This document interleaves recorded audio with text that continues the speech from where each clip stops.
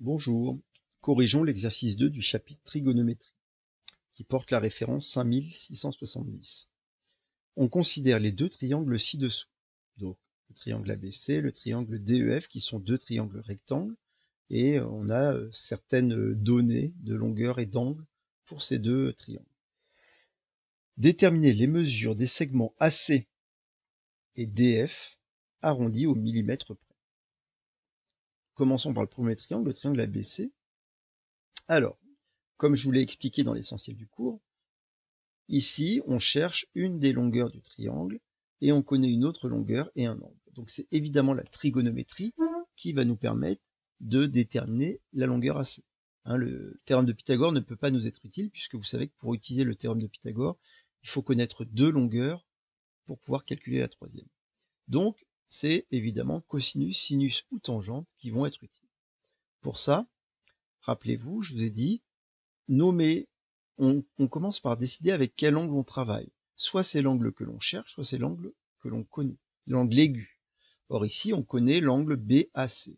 On sait que l'angle BAC a pour mesure 52 degrés. Très bien. On connaît la longueur AB qui vaut 4. Et la longueur AB qui vaut 4, par rapport à notre angle de 52 degrés, c'est ce qu'on appelle le côté adjacent à l'angle. Donc ça, c'est l'adjacent. Qu'est-ce qu'on cherche? On cherche la longueur AC. Or, pour le triangle ABC, la longueur du segment AC, c'est l'hypoténuse du triangle. Donc, AC égale point d'interrogation, c'est ce que l'on cherche, et c'est l'hypoténuse du triangle. Et donc, en regardant ça, on va décider si c'est cosinus, sinus ou tangente qu'on va utiliser. Comment? En se souvenant de quelle est la formule qui relie un angle, le côté adjacent et l'hypoténuse. Donc, moyen mémotechnique, rappelez-vous, c'est K, SO, TO, A. Cosinus, c'est l'adjacent sur l'hypoténuse. Le sinus est égal à l'opposé sur l'hypoténuse. Tangente, c'est l'opposé sur l'adjacent. Nous, ici, on a l'adjacent sur l'hypoténuse. Adjacent sur hypoténuse, c'est donc le cosinus. Adjacent sur hypoténuse, c'est donc le cosinus. Donc, dans le triangle ABC, rectangle en B, on va dire que le cosinus de l'angle BAC, c'est égal au quotient du côté adjacent, c'est-à-dire le côté AB, sur l'hypoténuse, c'est-à-dire la longueur du côté AC. Ok. Ensuite, on remplace.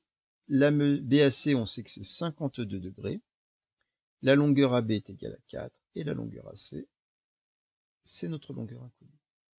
Et donc, vous savez qu'ici, on peut utiliser le produit en croix, l'égalité des produits en croix. On sait que cosinus 52 fois AC, c'est 4 fois 1. On peut directement aussi être capable, si vous êtes à l'aise, de dire que AC, c'est 4 fois 1. D'accord? Donc, rappelez-vous, on fait le produit en croix. On produit en croix comme si là, il y avait écrit cosinus 52 degrés sur 1. Donc, c'est 4 fois 1 sur cosinus 52 degrés. Donc, c'est-à-dire 4 sur cosinus 52 degrés. Et on peut donner une valeur approchée.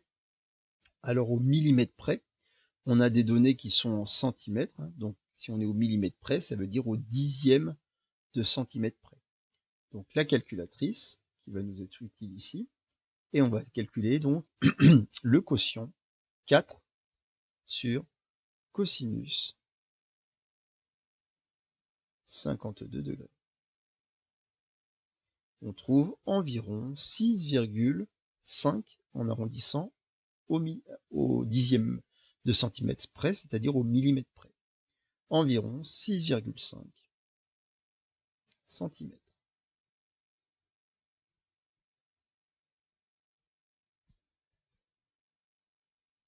Bien.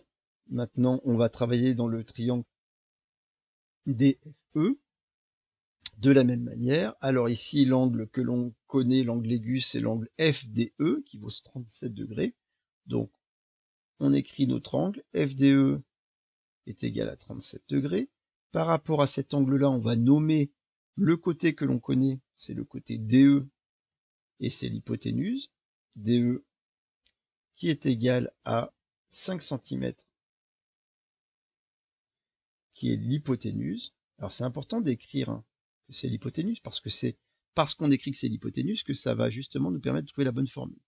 Puis on cherche la longueur du segment DF, donc la longueur DF. Or là, si on cherche la longueur DF, c'est le côté adjacent. Donc on écrit DF égale point d'interrogation, et c'est le côté donc adjacent. Et donc vous voyez, quand on regarde ça, on se dit ok, quelle est la formule trigonométrique qui relie la mesure d'un angle, l'hypoténuse et le côté adjacent à l'angle? Encore une fois, c'est encore le cosinus. Adjacent, hypoténuse. Donc, cette fois, on se dit, dans le triangle DEF,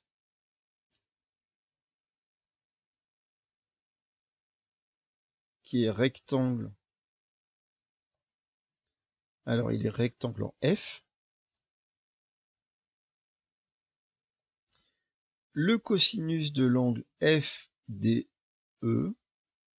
c'est égal au côté adjacent DF sur l'hypoténuse DE. Vous voyez que le fait d'avoir préparé un petit peu dans la bulle là tout notre travail, en fait, ce qui est bien, c'est qu'après, il y a moins de chances de se tromper, puisqu'on sait qui est le côté adjacent, on sait quelle est l'hypoténuse.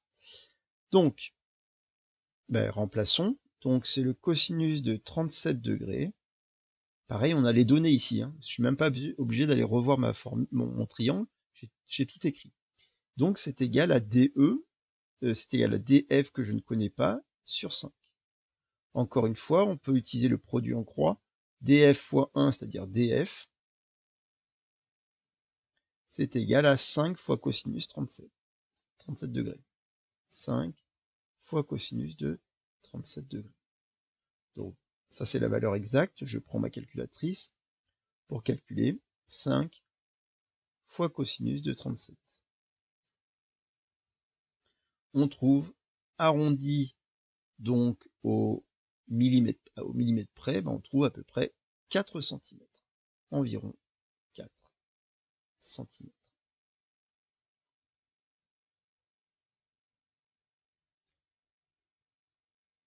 Voilà pour cet exercice numéro 2. Au revoir.